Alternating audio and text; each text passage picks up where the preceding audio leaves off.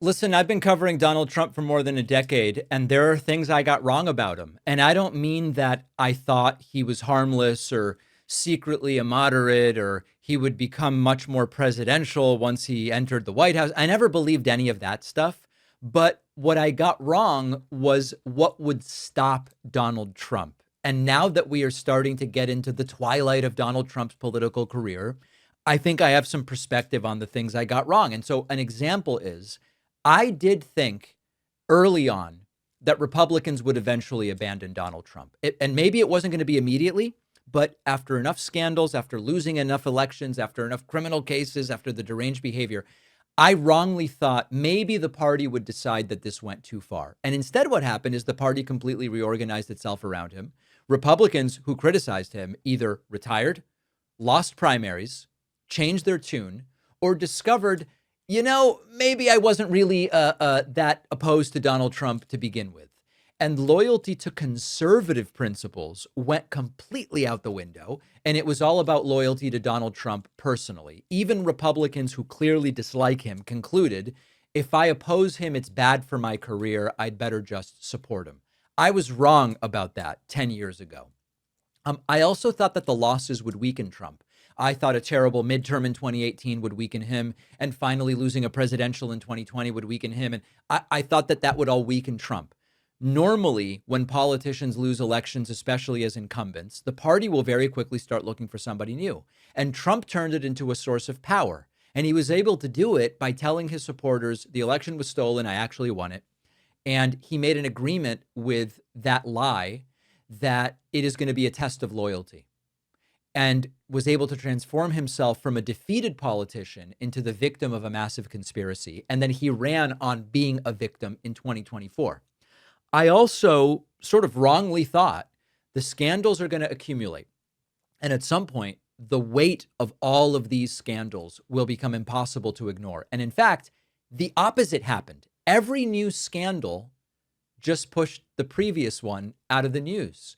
And time again, behavior that would have ended just about any other political career just kind of became part of the background. It was baked in.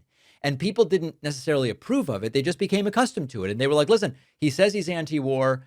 I don't give a damn about all the other stuff. They were wrong, by the way, that he was anti-war, but that's not the story today. I think I also kind of underestimated how useful Trump's incompetence could be to him. A lot of us early in Trump's political career, we saw him and we went, this guy is so incompetent. He doesn't understand trade or healthcare or immigration. He doesn't understand a damn thing. And that's going to hurt him. But that's not the way it worked. Now, the chaotic stuff, it did cause some failures and some problems, but it overwhelmed everybody trying to hold Trump accountable. And the press could barely finish covering one outrageous statement before there were three more. And then you had courts and investigators and political opponents forced to choose which of these 12 emergencies can we actually give proper attention to. And so what Trump did was create so much noise that it became really tough to focus on any single abuse. And then maybe I think the most important thing I got wrong is I overstated or overestimated the institutions around Donald Trump. And early in Trump's political career, we would talk about institutions as though, like, listen, these are machines that are going to protect democracy automatically. What we realized is these institutions are not machines. They're just made up of the people inside of them. And institutions really only work if people are empowered and also willing to accept personal and professional consequences for defending those institutions.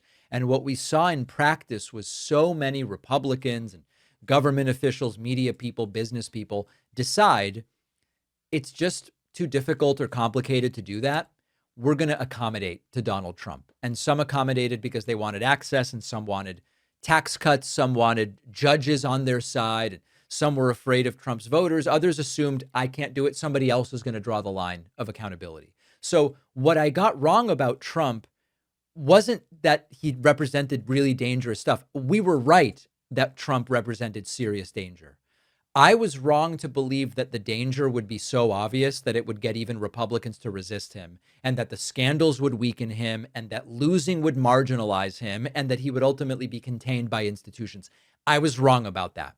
What ultimately happened was Republicans surrendered. There was like a routine to the scandal. Losing became martyrdom because I'm treated so unfairly. And institutions were only as strong as the people running them, which quite frankly was not that strong. So I don't think that what Trump has accomplished, and we see it as failure, but there are people who say Trump accomplished stuff that's bad, right? But he accomplished stuff. Trump didn't accomplish what he accomplished because he was a brilliant strategist. He benefited from cowardice from some, opportunism from others, exhaustion from others, and the fact that humans make almost anything normal. And I think that's the lesson that I really missed. The biggest protection Trump ever had was not that everybody believed the stuff he said. It's that people just got used to the fact that he said untrue things all the time and he did crazy things all the time. And it became part of the status quo. And we have to add to this weaponized hatred of Democrats. Because if we go all the way back to 2016, if the country, mostly Republicans, but even some on the left, if the country had hated Hillary Clinton a little bit less personally, if just a few Republicans had said, you know, instead of letting my personal hatred of Hillary Clinton decide my vote, I'm going to let my principles decide my vote. And when I look at Trump, he violates my principles. I'm going to stay home or maybe even vote for Hillary. We never would have had this in the first place. That never happened. That never happened. So there was a lot that I miscalculated about Donald Trump that I've sort of learned by doing now for a decade. And I think the hope has to be maybe we use some of that information. We used some of what we learned to try to prevent disaster in 2026 and just or more importantly, in 2028. What do you think? Do you agree with what I'm identifying that I got wrong about Trump? Are there other things? Are some of the things I mentioned not actually things I got wrong? Let me know what you think. Leave a comment, send an email, info@davidpakman.com. Appreciate you watching. Stick around for this next video and don't forget to hit subscribe so you actually see our uploads. You can also catch the full podcast on Spotify and Apple Podcasts.